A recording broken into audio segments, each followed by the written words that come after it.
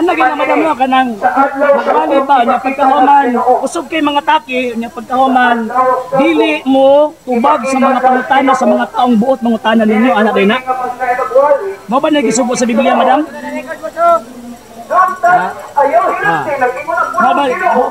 Mo ba na itawag ining gisugo sa balang kasulatan madam?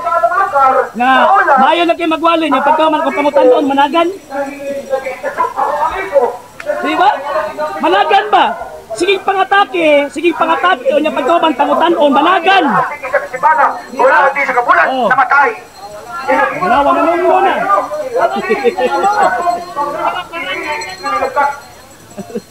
Di magkatubad. Madam, friendly discussion ng madam ba? Asa man na sa Biblia madam nga pag magwali, pag naimang matala dito ato bangon. Napa na sa Biblia? Ingon sa Bible, ayaw gihatag sa mga iro. Ano naman mo diri? Ano naman mo diri? Matthew 20:28. Go to preach the gospel to all creatures. Ingon sa Bible, panglakaw ka mo, bisa ngayon, kung pulong sa kanang mga tao. Kamu din nagsugo anak. Kasi lagi mo nimo. Ang Holy Spirit, si Jesus, tanan ng mga alaga. Sa dihang na tao may pag-usap. Sa usap pag-iyak, kisa nagtublo ninyo anak. Sir, tubagay mo pangutana, sir. Kaya nagingon ang pulong nga anda mo tubag sa mga pangutana. 1 Pedro 3:15. naingon ang Bible. Kung di pasabot, dapat mo tubag ka. Kanaman kahit kung oras sa maimpirno, kung di ka matubag, ikay manubag sa mga kanak. Ang gipasabot lang dito katulad mga tao nga na willing mamati. Pero nagingon ang Bible, ayaw ihatag sa mga iro ang pulong. Ang mga apostol sa unang nagdiskusyon sila. Para i-convince nila ang mga tao para mutuo sila ha. Dakin nyo ang inyo ang tawag kanila kayo mo ang mga kana mo sige mo magpanagan. Tumaga ng pagli kasi tinuod lang. Repense mo sila, sir, kay dili sa pagkahawat sa pulong sa Ginoo, kundi humble sa mga okay. Uri repent, sir. Uri ang maayong balita. Panagan magud mo. Ano ba? Ayaw mo panagan.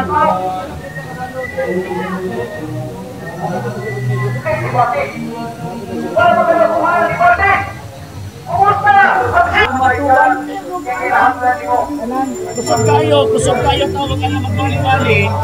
At nakihon ng mga Katoliko, mula nagtuon ka sila rin tawag ka ng tarong kuning pangutanon. Managan! Ayun sila kayo, no? Nagsimba gani, kadang Domingo na magsimba, sila kwali. Gani ito nga. Wala naman lang magsamok-samok. Sila na nagsamok-samok. Nakita nga sa away din ako kay Juan, na nakaloko daw sila sa Katoliko. Mo ba? Kaya magsimba kwali, nagsimba ba yan? Sige sila, mga ginapadungog-dungog nila ang mga Katoliko. Ha? Mga ginapadungog-dungog ang mga Katoliko. Mali.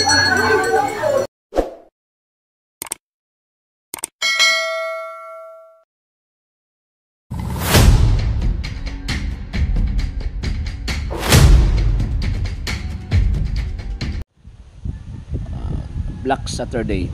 So dinis ato ang gitawag og kalendaryo ang Biyernes human na namatay ang ato ang Ginoong Kristo or kadtong atong pagsaulog sa kamatayon sa atong Ginoong Kristo.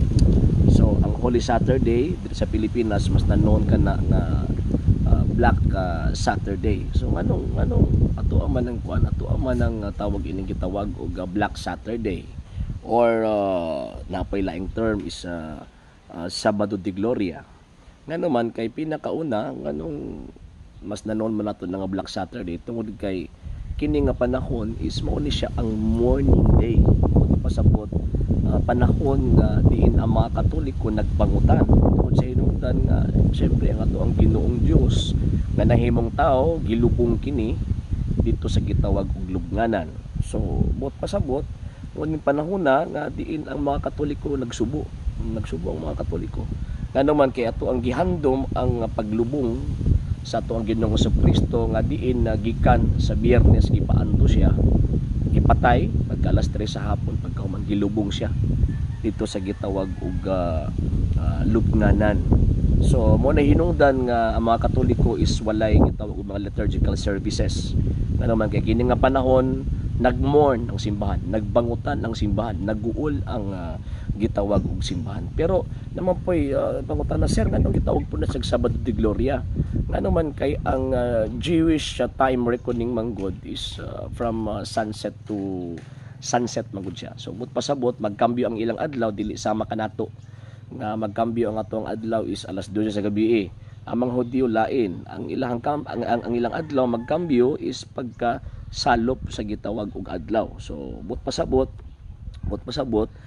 pag Saturday sa hapon or Saturday sa alas 6 dili na nagmatter sa oras kundi nagmatter na sa pagsalop sa adlaw.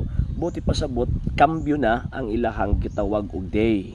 So kung mosalop ang adlaw pagka Sabado sa tuang tawag ining present reckoning nato sa ilaha sa mga Hudyo Sabado na. Nya mao pud na panahon na nga diin muna ng panahon na is kitawag og Easter Vigil.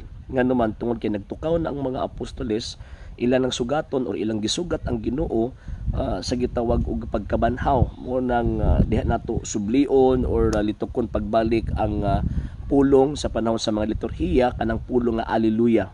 Nga naman tungod sa hinungdan nga kana nga panahon is ato ang gisaulog ang pagkabanhaw sa ato ang Ginoong Jesucristo pagdaog niya gikan sa gitawag og kamatayon. Ug mao na pud na ang hudyat o mao na ang gitawag og ang nga ang mga Katoliko maglipay nganong maglipay man sa hinungdan nga diin ang atong Ginoong Jesucristo midaog again sa kamatayon og gitagaan ta niya og kaluwasan pinaagi sa iyahang gitawag og kamatayon.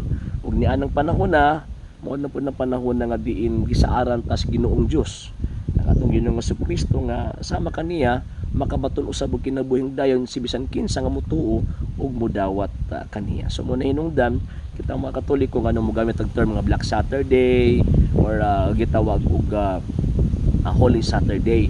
Unya nganong man pud nga gitawag pud sa Good Friday nga mao man pagkamatay sa tuang Ginoong Jesucristo. Remember, ang Dios lang ang good, di ba? Ang Dios lamang ang maayo. Tungod sa iyahang kamaayo, mo naghigugma ni ang kalibutan. St. John chapter 3 verse 16, mo nagipadala niya ang iyang bugtong anak. Unya ang pinaka-peak nga misyon sa tuang Ginoong Jesucristo mao ang tawag ini nga iyang kamatayon. Nganong Good Friday na kay gipakita or gipadayag sa Ginoong Dios ang iyang gugma kanato pinaagi sa pagbuhis sa iyahang gitawag og kaugalingong dugo aron kita mamahimong gitawag og maluwas. So mo na hinungdan kita mga Katoliko migamit anang mga terminohan niya ang atong mga higala nga mga di Katoliko kasabot ana nya usay man katawa pa ta kay ipapangita pa na sa Biblia ipapangita pa na literal por literal sa Biblia. So mo na magkatawa ta kay kun ingon ana ang ilahang basihan na kundi mabasa dili tinuod sila po dili po sa tinuod kay po sila mabasa sa Biblia. Masa sa pagtulunan man na sige kaninyo pagtulon nga sa Eskriptura dili man pud na mabasa sa Biblia. So but pasabot kung sila ang mangita kinahanglan literal por literal mabasa pero kita ang mangita dili pwede. No, okay lang magsabot-sabot ng silang ila. So mo na. So man kita mga Katoliko kinahanglan ta magtuki. Sa pagtuki di ta mailad nining mga pundok nga nagpailang Kristiyano nya pagkahuman di ay tinuod na Kristiyano. Nagupot og mga pagtuo nga gikan lang sa Amerika dili gikan sa Israel.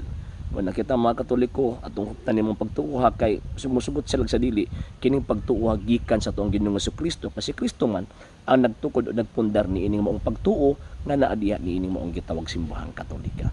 So ayun, so nya dili sa ta mag-live, magbalik tag live this coming Monday na puhon kay para syempre pagrespeto nato sa niining maong pagsaulog sa tuang gitawag og pagpamalandong. Okay?